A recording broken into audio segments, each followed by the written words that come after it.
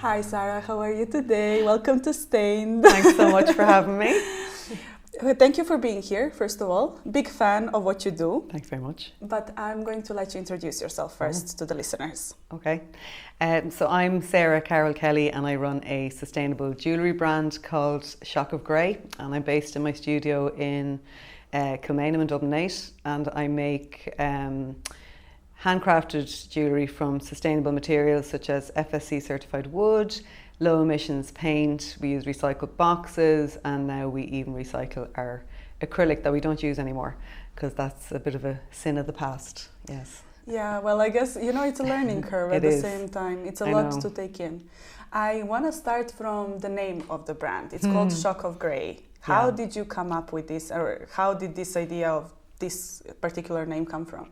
So I was working in a very kind of commercial work first, and then it was kind of in an education environment, and I was kind of senior management in there, and I was kind of in there from the crack of dawn till closing, and I was just getting really burnt out from it. And then I had some major life events happen. I lost my architect brother, and I'm just giving him the old creds because it's relevant to the work I do, actually, what he did.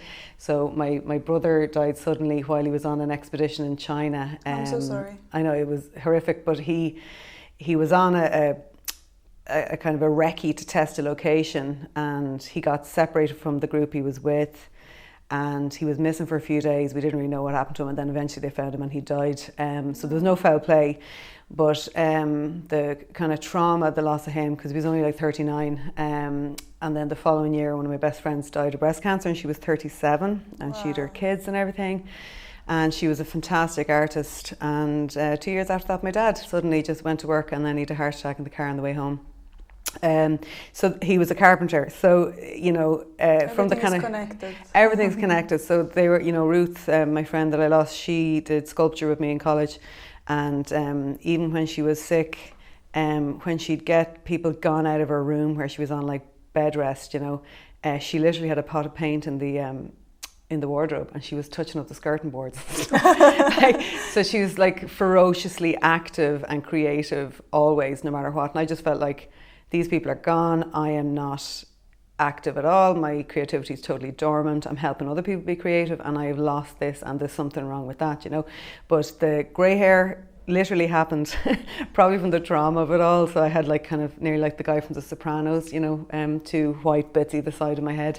It's died now. Maybe I should kind of let it out. You should let it go, like let it out. Yeah, it's not as kind of perfectly badger as I'd like it to be. It's quite blotchy, but yeah, if I could figure out how to kind of let it out well. But yeah, it's died. But that was the Shock of Grey, and I kind of thought, if I'm going to do something, it's now or never, because the clock is ticking. I love that, and this is coming from someone that it's in their 20s, and I'm completely grey. Like I'm already gone grey completely. I dye my hair as well a lot. That's the dark hair, though. You've no you have can no chance. spot them so easily, and it's so annoying. But it was a shock for me, and it happened when I moved here. It's a similar way. Like a lot of things happened to me at the time, and I think it was a lot of stress and a lot of like new environment, new everything, and I just didn't know what to do. So I was like, oh my God, what am I doing with my life? And all of a sudden my hair just decided, bye, that's it. And I think even if you tell yourself you're fine, this is all good, this is exciting, this is new, like your body can kind of freak out in its own way, and sometimes there's things like that. But if it makes you feel any better, I'm on my third career, so you're only in your 20s. So I have a lot of time. Yeah, by the time you're my age, you'll be on your third career, and you'll be doing something else. I was talking with my friend recently. We went for a drink, and she said to me, Anja, I have 3 jobs. Why should I have one job? You know what? I want to have 3 different ones. Yeah. And I was like, you know what? Yeah, you're right. We should do many different stuff in life that we want. So. As long as it pays your bills and it gives you a life you like, why not? Exactly. Yeah. Well, thank you for sharing this story. I had no idea, first of all. I know it's a bit of a beast to share, and sometimes I share it and people are so uncomfortable. Like it's it's a vibe killer for sure, but it's part of who I am and why I make. I wanted to say I think you wouldn't be here today doing this if these events didn't happen in your life. Yeah, exactly. It's important to share this as well. I think a lot of people can probably relate to this, or maybe people are kind of, should I start this or should I not start this? And maybe this is going to be for them, okay, I'm going after it. You know what I mean? Yeah, for sure. But to go back to Shock of Grey, and how did you decide that you want something creative and sustainable at the same time? I think the sustainable thing was just not an afterthought, but just something that automatically happens because I was kind of, grew up in the 80s, so everyone was sustainable. Before sustainable was a word, like you kept everything. My mother to this day still has her drawer with her paper bags folded and her plastic bags, and my dad would have different jars of different size screws, and it's not a hoarder thing. It was just a kind of a care over anything that you came across. And my dad was great at kind of reusing stuff, and he used to we had this wheelbarrow, and it was half a barrel that he got from some petrol company, and then the wheel was off some mechanic's trolley.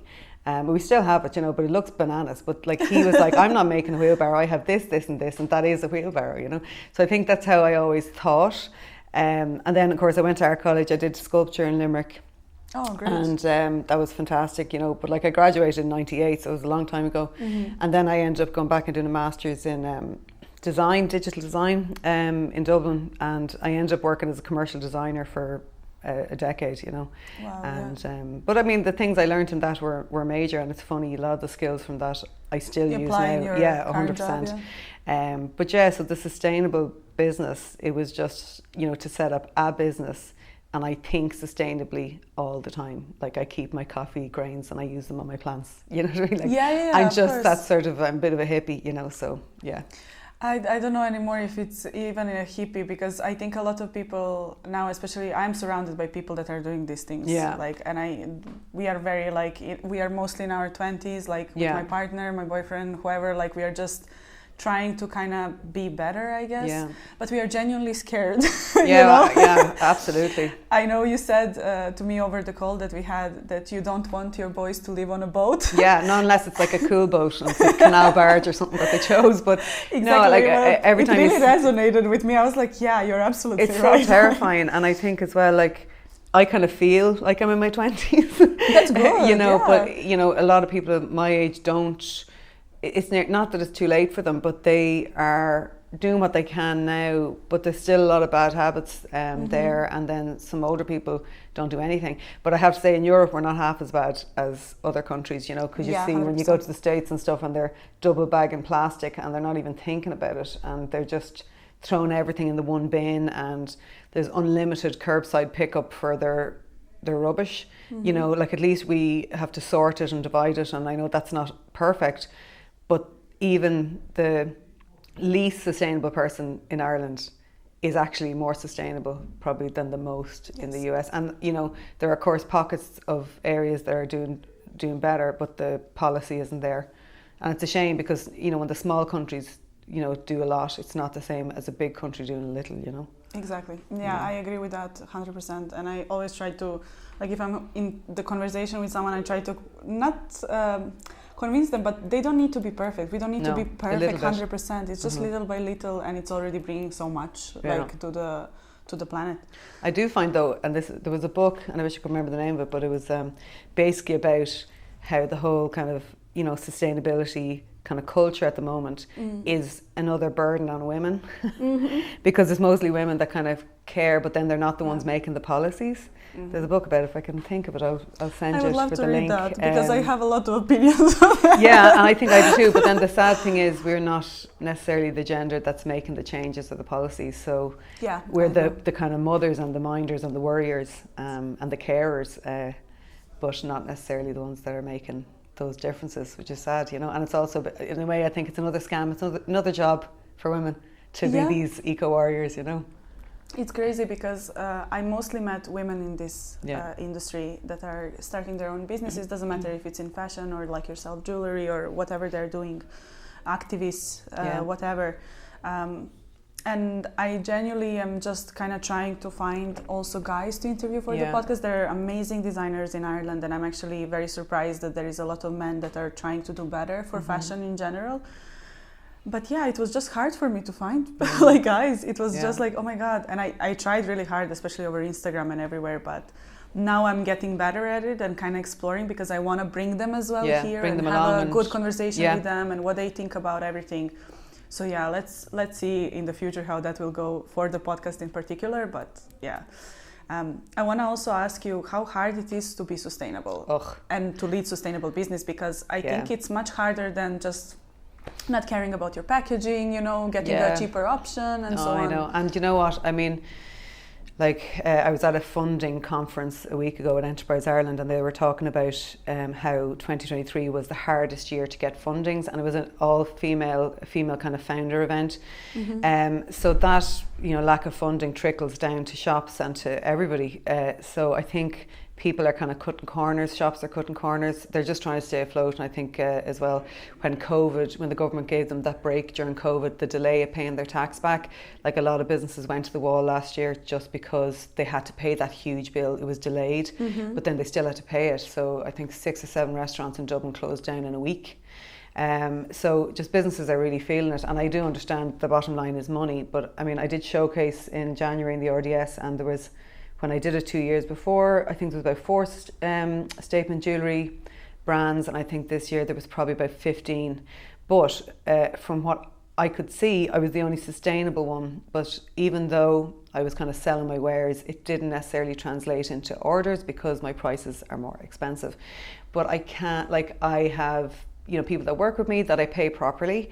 That's another thing about sustainability. It's also about kind of, you know, looking after your worth, your salaries, your premises, your people. Like, yeah, and that's you know, part, it's not just like, you know, break your back to have these sustainable materials, products, and processes if people are working for free, you know, and that does happen sometimes. So screw that. That, I mean, to be honest, if that's what's, you know, how it's going to be, I'll do something else, you know, I'll be on career number 4. But yeah, it's very, very hard because, you know, it takes longer to source things. The price of things constantly change because they're small businesses, you know, that are also struggling to be eco-friendly. You know, it's everywhere, and the prices on everything change all the time. The FSC wood, because, you know, it's kind of looked after, the wood is looked after and replenished, that's much more expensive than just, you know, I could get those panels from, you know, Temu or AliExpress or Amazon for probably a quarter of the price, but I don't. Yes. You know, so I like to say these things on the podcast as well, because I don't think people understand how much work goes into it, behind it. And I like that you mentioned that you do need to pay people properly as well. Because we forget about that part. We take care of our planet and whatever, but do we take care of our people as well? Often we forget about that part, unfortunately. And honestly, for me, it was the finding out what Zara does, for example, or what all that Inditex part, let's call that biggest chain of stores, what they do in Bangladesh, for example, or in China or whatever, who they are hiring, what conditions these people are working under. It's absolutely terrifying. So saying that, it actually means a lot, and it's good to be reminded of that in a way. But as you said, you could have ordered your materials over, you know, AliExpress. And you know, it's hard because then, you know, sometimes people see my stuff beside another brand stuff and they might look similar in shape or colour, but the materials are totally different, and the origin of the material is totally different, and that should count for something. You know, I want to sleep at night, and again, I don't want my kids to be living, you know, like the life of Pi on a boat or something. Like, you know, so I take it seriously, but it doesn't necessarily translate into sales. But then I think as well, it's a bit like, sometimes when you're working with shops, it's a bit like dating, you know. Now I can talk, I'm married like over 20 years, but I did date him once. But like, I think, you know, you shouldn't have to work too hard to get with a stockist, you know, either they want you or they don't want you, you know. Yeah, exactly. It's hard to get a bit, you know. Yeah. No, it's a very hard topic, I think, to even tackle. It's such a broad topic as well. But to go to the fun of your brand, actually, your creations, your creativity, colors, everything, where do you get ideas? Well, you know, people say everywhere and all this, but I draw all the time. Like, I even have a little notebook in my bag there today.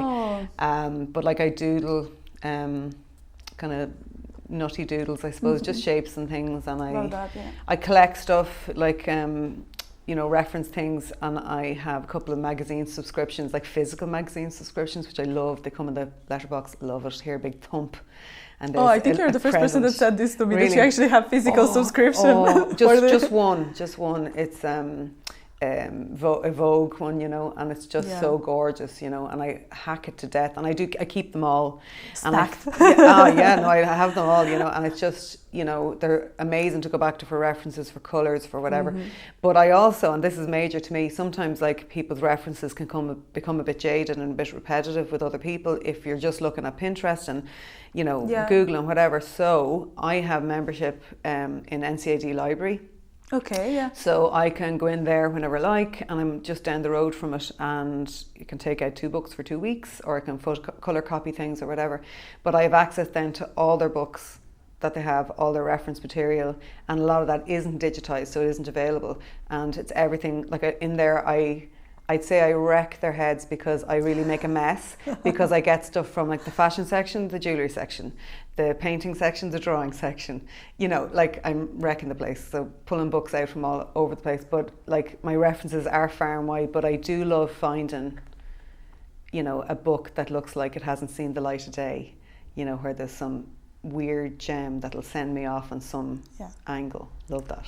Yeah, I love that you mentioned that. I had Mihai, you maybe know him. Mihai, I had Mihai on, and he said kind of similar thing, that he loves like Japanese and Asian culture in general, Korean and everything. And he mentioned specific artists that does like books and everything. And he goes back to the drawings and to the stories and everything. Yeah. And I actually really love that, because we often forget that the books hold so much, and they really do. And I think as well, sometimes people are working in different industries and they didn't train as artists, and I know Mihai went to NCAD and I went to Limerick, and like we studied for 4 years or 6 years or whatever. Like I was in art college for 6 years, so that's a long time to learn your trade and to learn how to process ideas and to take inspiration without taking the inspiration, to how to develop it and how to twist it into something that'll work for you, and how to make a collection, how to work with colour palettes, like all of that. It's part of the training, it's not, it makes sense to us, this is what we trained for, really. Exactly. I was actually very surprised that you do workshops on your website. I didn't know that. And so much fun.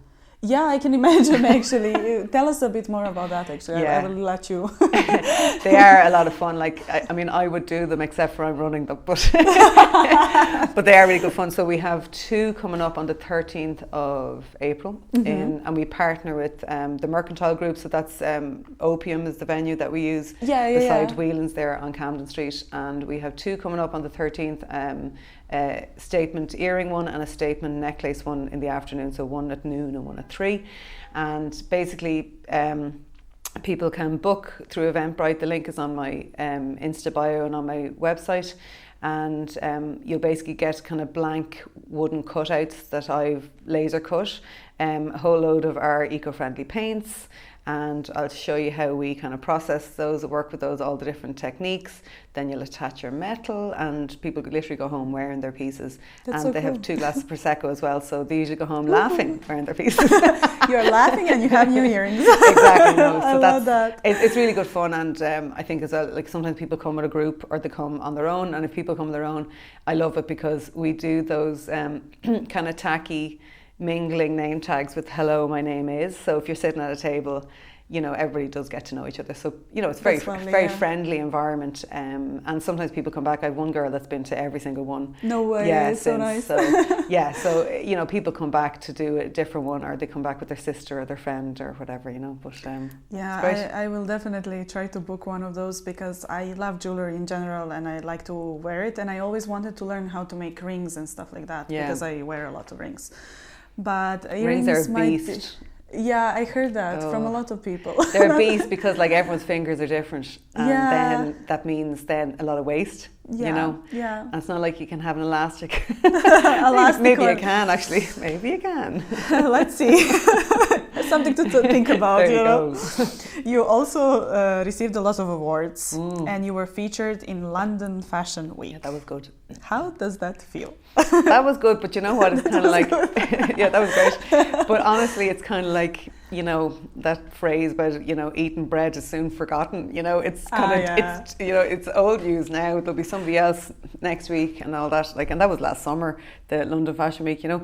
But like for every award I get, I might get shortlisted for a few more, and then I don't even get shortlisted for other ones. And you don't really know how the selection process works. And I don't look into it too much either, because if you start to kind of go looking for the pats on the back, you'll get so distracted from what you're doing yourself. So the awards are great. They do help the profile and all that, but I'm just happy to be making my stuff, really, you know. I like that answer. You know what I mean? I'm just happy to do this, and that's it. Because the thing is, someday you won't get awards, or you know, you won't be the new show pony, and you won't be flavour of the month, and you have to be okay with that and still find the kind of, you know, confidence in yourself to go forward. Like if you're looking for all your confidence to come from the outside, that's not a great idea, because you know, some days you open up your inbox and it might be empty, or it might be booming. But the thing is, you know, for every time I get a bit of press, there's like an explosion of orders. But you know, I'm very aware it's up and down. You know, the following week there mightn't be many or any, and that's how it is. So you kind of can't take any of these kind of waves too seriously, the good ones or the bad ones, you know. Very good. Yeah. That's a very good answer. I love that, actually. And I think sometimes we need to hear this, you know, like that you don't need a constant validation from outside to actually do what you're doing and to be good. Yeah, exactly. no, like exactly. to be exactly how it's supposed to be. Like it can be a big distraction. You realise, you know, I spent that whole Wednesday doing that application for that award. I didn't even get shortlisted, and now that order is late for that whatever. You know what I mean? Like it actually has a knock-on effect when you're a small business. So of course, yeah, definitely. I wanted to ask you, you sell online. Yeah. Do you sell anywhere else? Can we find you physically somewhere? Yes. So I think it's either 48 or 52. I can't remember. I think it's 48 shops in Ireland. So they're listed on my website. And then I'm in the new Museum of Contemporary Art in New York, which is so cool. That's so lovely. You know, they paid me by check by accident one time, and then they were like, "Oh no, get rid of that. We'll do a fund transfer." You know, and I did. I kind of stroked it out, but I didn't get rid of it, full disclosure. I won't cash it. But I just think it's so cool to have a check from them, you know. I did deface it though, so it's no use, but I love having it. I'm in the Irish Design House in Toronto in Canada. I'm in a really beautiful shop in Cheshire as well, called Ballia Home. And then besides that, online. And then lots and lots of Irish shops, like I'm in Omdiva, I'm in the Museum of Modern Art, I'm in the Hugh Lane. We love Omdiva always, because they're great at giving people a chance. Ruth is super in there, trying people out even in their infancy, you know. The Hugh Lane, love being in the museums because that's a natural kind of home for my stuff, you know. I'm actually downstairs here in the raw materials shop, got to give them a plug as well. But lots of shops in Cork actually. My shop, Granny Likes It, in Galway. I'll be killed now, I shouldn't have started naming them. Isabel's Place in Dungarvan, Constantia and Dunboyne, they'd be kind of a lot of my bigger ones. Oh, I'm going to be killed, yeah. First of all, I had no idea that you have that you are stocked in so many shops around Ireland and abroad as well. Yeah. I had no idea about that. That's amazing. Congrats. It's really good. I mean, I think at this stage with the Irish shops, that's enough of that, because I'm competing with myself and my direct sales. So I need to kind of, you know what I mean? Like realistically, you know. It kind of only dawned on me, you know, that it's like I don't need to be everywhere. No, definitely not. And the direct sales, you know, are much easier to control because you can control the stock and everything. Absolutely. But I definitely need to get some help with, like, you know, my kind of social media marketing and all that. But anyway, it's in the pipes. But to kind of, you know, advertise what I do, how I make and all that. So my, you know, individual kind of unique selling point is highlighted, because it can get muddied, and that's not people's. It's my fault really, because the message isn't clear enough. I think unless you really go looking, you don't get that my thing is eco. Mm-hmm. You know, at a glance. Like if somebody said to me, they're too pretty to be eco, which is a lovely comment, but I get what they meant. Yeah. Like sometimes eco stuff is kind of, you know, brown. You know, I kind of want to break that stigma, because it's kind of annoying me at this point. Fashion is super fun, and fashion is art, and it should just go out there and do whatever you want. That's my idea of it. and sustainability is so presented to us as something beige. Yeah, exactly. And it's so annoying. Like, it is annoying. I think people think of those like eco napkins, which I actually think look quite gorgeous, you know, in their own right. But I suppose I wouldn't wear them on my ears. I love that. Yeah, I know. Yeah, see, that's the thing. It's all about the message, you know, getting the message across that, you can be eco and it can be bright, you know, and you can have like our, you know, low emissions paint, you know. They're water-based as well, you know, because we used to use acrylics and stuff. So, you see, that's another thing, because we switched the type of paints we use, we have to do like 2 extra layers on everything to keep them secure and safe, you know, and that's, you know, another thing that had to be sourced. And I know I sound like I'm moaning now, I'm not, but you know, it's tricky. It is tricky. Yeah. I wanted to ask you, because it's just my curiosity. How long does it take you to make one item? I do them in batches. Ah, okay. Yeah, so that I do makes them in, more sense. Yeah, now. and I do them in batches, not by shape but by colour. So I'll have like a lilac and blue day, because I try and be eco-friendly, of course, and do like one colour on the front and one colour on the back of the boards. So when we cut them, we can flip them and get double purpose out of them. So trying to be as smart as we can. Very good, yeah. So yeah, that's how we work. Like, so we'll make like the blue and lilac ones one day, the red and pink ones, because that's either side of one board. Another day, and of course then just, you know, just when we think we have a lovely system, we get all these random things from our web orders. It was kind of like, oh, I thought we had a system, and then there is no system. And then some days there is no system. That's not, you know. I think when you're running everything by yourself, it's a bit hard to have a system. Yeah, like I have a couple of people helping me, but they're not full time, so you know, I'm the one there full time. And even sometimes we have a storage unit now, which is great, because you know, we used to have the suitcase from the workshops would be parked inside the door, beside another suitcase from a trade show, beside another thing, like just nearly like coming back off holidays and never unpacking and going straight into work the next morning. That's what the studio was like for a while. So now on Fridays we kind of try and reset the studio, and literally we sweep the floor and mop ourselves out of the building. So literally like mop it out, and that's like, you know, reverse out, lock the door, goodbye, good night. Exactly. You know.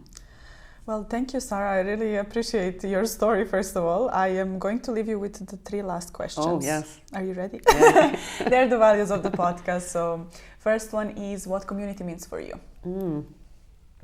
It's so funny, like, I keep going on about my age. I'm only 46, but I kind of look older but feel younger. It's a weird hybrid. But community, I think, to some of my age means like, you know, local running races and kind of community games and things like that. So I suppose new community in my kind of current state is I really like certain gangs that I hang around with at the moment. So the Dublin Independent Fashion Weekend crew are fabulous. Like we go to some fashion shows and stuff together, and I love hanging out with like peers that are, you know, as weird as me, weirder probably, which is great. So, you know, they're always pushing, you know, the materials and what they make, and our conversations are super exciting and really good. I love hanging out with them. But community is just kind of being able to be yourself, but also kind of being inspired, you know. So I have some really, you know, lovely friends that I've had for a very long time, that, just love hanging out with them, Like that. Yeah. You mentioned specific, I don't want to say specific people, but you are sticking to your group of friends and stuff like that. And I like that answer, because not many people say this. They kind of look at the community is like, I don't know, like this type of groups or this type of groups, you know, and they have this idea. But actually at the end of the day, it's just your people. It is just your people. And I have to say, I would have been very much kind of working on my own and stuff, and just with the girls that I work with, you know, last year and that. But I kind of made a conscious effort to kind of mingle within my area and within the fashion area since kind of last summer. And that's, so a lot of these friendships are new. And then I have the kind of, you know, the OGs as well, like that were friends, you know, 20 years or whatever. But I do like kind of mixing up, you know, older and newer friendships, and I love, you know, hanging around people of different ages. I think that's really important. And even sometimes some of the guys that I hang around with from the Independent Fashion Weekend, like I'm definitely the oldest. I think the nearest in age is maybe 10 years younger, but they're even kind of relieved to see some of my age still active. I think they don't see it much, and I think I'm like a beacon of hope, you know, for people, just, you know, especially females after having children, you know, because I have 2 boys that are a bit older now, but sometimes it can be very hard to stay in a creative career as a mother. and it's important to be seen, to be active, and to be seen, to be out there, you know. But I also want to say, the moment I saw you downstairs in your coat, you had a black coat with the purple It's behind me here. Yeah. And I was just like, yes, this is it, you know, this is what we all want to be one day, you know. This is because we don't want to lose that creativity, and we are I am actually very feared of that society is going to make me lose this, you know, and I don't want that. Well, I hope so. So it's hard sometimes to kind of be like, okay, I'm going after this and I'm going to just pursue it no matter what. Yeah. So it's good to see this. It's good for me especially, it is very, very good. I think for everyone, because even like I would have had a decade or so where I kind of did lose myself, and I would have conformed to the environments I was in, and I would have been dressed very corporately.